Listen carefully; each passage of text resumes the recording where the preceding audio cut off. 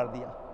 ان فقہ حنفی کے عالم کو جو یہ کہتے ہیں کہ قبر پہ اذان ثابت ہے، ان کے قول کو علامہ شامی نے کمزور قرار دیا، جس کو حضرت قبلہ خطیب اعظم مولانا شاہ وجیہ الدین احمد خان صاحب رحمۃ اللہ علیہ نے اپنے ایک فتوے میں، جن فتووں کو جمع مفتی مخصوص صاحب نے کیا گیا ہے فتاوی علماء رامپور کے نام سے، صفحہ 44 پر، اس پر قبلہ خطیب اعظم رحمۃ اللہ علیہ نے وضاحت فرمائی کہ علامہ شامی نے اس قول کو ضعیف قرار دیا ہے۔ ضعیف کے معنی کمزور، ہلکا۔ تو جو قول کمزور اور ہلکا قرار دے دیا اتنے بڑے مانے ہوئے دنیا کے فقیہ عالم کہ جن کے فتوے دیے جاتے ہیں علامہ شامی کے، علامہ ابن عابدین شامی رحمۃ اللہ علیہ، تو انہوں نے اس قول کو کمزور اور ضعیف اور ہلکا قرار دیا۔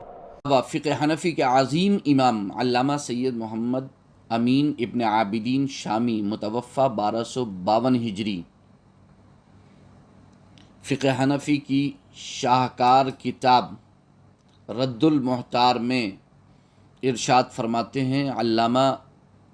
خیر الدین رملی کے حاشیۃ البحر میں ہے، وہ فرماتے ہیں میں نے کتب شافعیہ میں دیکھا کہ نماز کے علاوہ بھی اذان سنت ہے، جیسا کہ نومولود بچے کے کان میں اذان دینا، پریشان حال، مرگی اور غصہ کرنے والے شخص کے لیے اذان دینا، اور بعض علماء نے فرمایا میت کو قبر میں اتارنے کے وقت اذان دینا اس کے دنیا میں آنے پر دی گئی اذان پر قیاس کرتے ہوئے۔ لیکن ابن حجر ہیثمی نے شرح عباب میں قبر پر مکمل اذان کے مسنون ہونے کا رد کیا ہے۔ رد المحتار جلد 2 صفحہ 50، کتاب الصلاۃ، باب الاذان، مطلب فی المواضع التي يندب لها الاذان فی غیر الصلاۃ، مطبع دار عالم الکتب، ریاض۔ حاشیہ بیجوری اور اعانۃ الطالبین علامہ سید البکری میں علامہ امام حافظ ابن حجر ہیثمی مکی شافعی متوفہ 974 ہجری کے حوالے سے ہے کہ انہوں نے فرمایا میں نے شرح عباب میں قبر پر مکمل اذان کے مسنون ہونے کا رد کیا ہے، لیکن اگر میت کو قبر میں اتارنے کے بعد اذان پڑھی جائے تو سوالات قبر میں آسانی ہوگی۔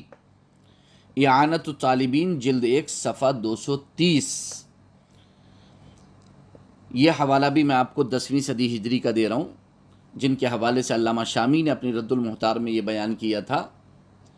کہ علامہ ابن حجر ہیثمی نے شرح عباب میں قبر پر مکمل اذان کے مسنون ہونے کا رد کیا ہے۔ انہی کے حوالے سے میں نے یہ بیان کیا کہ اذان مکمل اذان کے مسنون ہونے کا رد کیا ہے،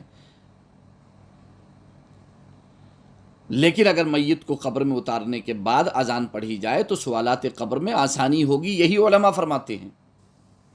علامہ شامی کے ذکر کردہ ابن حجر ہیثمی کے قول سے بعض لوگ یہ دھوکہ کھاتے ہیں یا دھوکہ دیتے ہیں کہ علامہ شامی نے بعد دفن قبر پر اذان پڑھنے والے قول کو ضعیف قرار دیا ہے، جبکہ ایسا ہرگز نہیں، بلکہ علامہ شامی نے صرف مکمل اذان کے مسنون ہونے کو ابن حجر کے حوالے سے ضعیف قرار دیا ہے۔ مکمل اذان یعنی جس میں اللہ اکبر اور لا الہ الا اللہ، اشہد ان لا الہ الا اللہ کے کلمات کے ساتھ حی علی الصلاح، حی علی الفلاح کا بھی جس میں اضافہ ہے، یعنی مکمل اذان۔ جبکہ خود علامہ شامی کا اس حوالے سے موقف ان کی اس عبارت سے بالکل واضح ہے، جو انہوں نے ہیڈنگ لگائی ہے اپنی کتاب میں، جس کے تحت انہوں نے یہ بات بیان کی ہے۔ ان کی ہیڈنگ اس طرح ہے، مطلب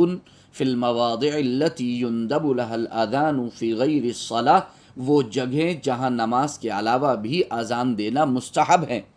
اور انہی مستحب جگہوں میں علامہ شامی نے بعد دفن قبر پر اذان کو شمار کرایا ہے۔ ہاں، مکمل اذان عند القبر کے مسنون ہونے کے قول کو کمزور قرار دیا ہے، لیکن اس سے اذان قبر کے جائز و مستحسن اور مستحب ہونے کی نفی سمجھنا یہ علم فقہ سے نابلد ہونے کی زندہ جاوید مثال ہے۔